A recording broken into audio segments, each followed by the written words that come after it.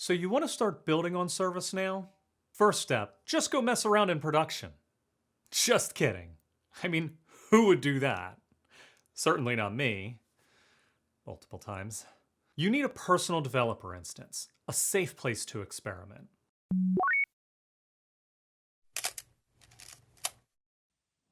A personal developer instance, or PDI, is your own personal ServiceNow instance, and it's the ultimate playground. You can try anything, build whatever you want, break stuff and figure out why it broke, test ideas that might be terrible, and if you completely brick it, just wipe it and start over, no consequences.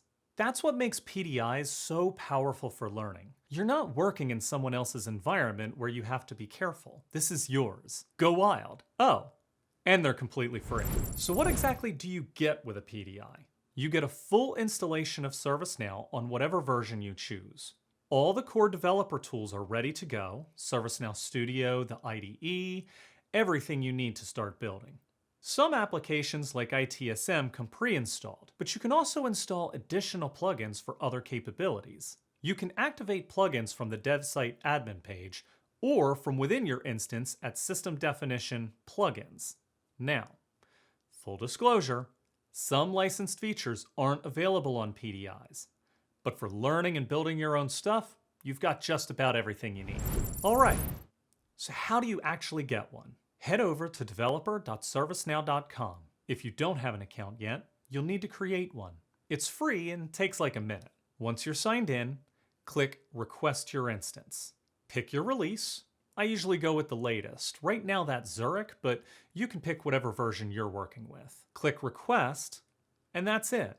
You might need to refresh the page, but you'll have your instance in seconds. From here, you can click Start Building to jump right in, or Manage My Instance for admin options. Okay, let's talk about how to actually use your PDI well. First and foremost, back up your work. PDIs can hibernate after inactivity, and they can be reclaimed. Don't assume your instance will always be there. Use source control to track your apps in Git or whatever you prefer. That way, when your instance goes away, your work doesn't. Second, don't use your PDI for ServiceNow University labs.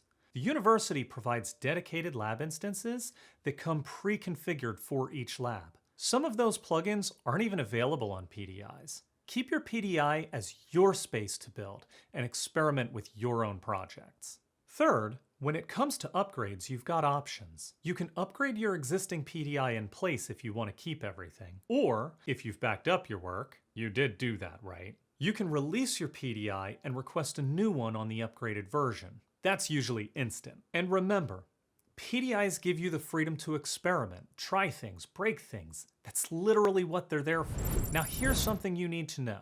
You're not doing this alone. That developer account that you created, it also gets you into the ServiceNow community where you can access forums, blogs, events, and thousands of developers building on ServiceNow just like you. So when you hit a wall, when something doesn't work the way you expected, when you need to know if what you're trying is even possible, that's where you go.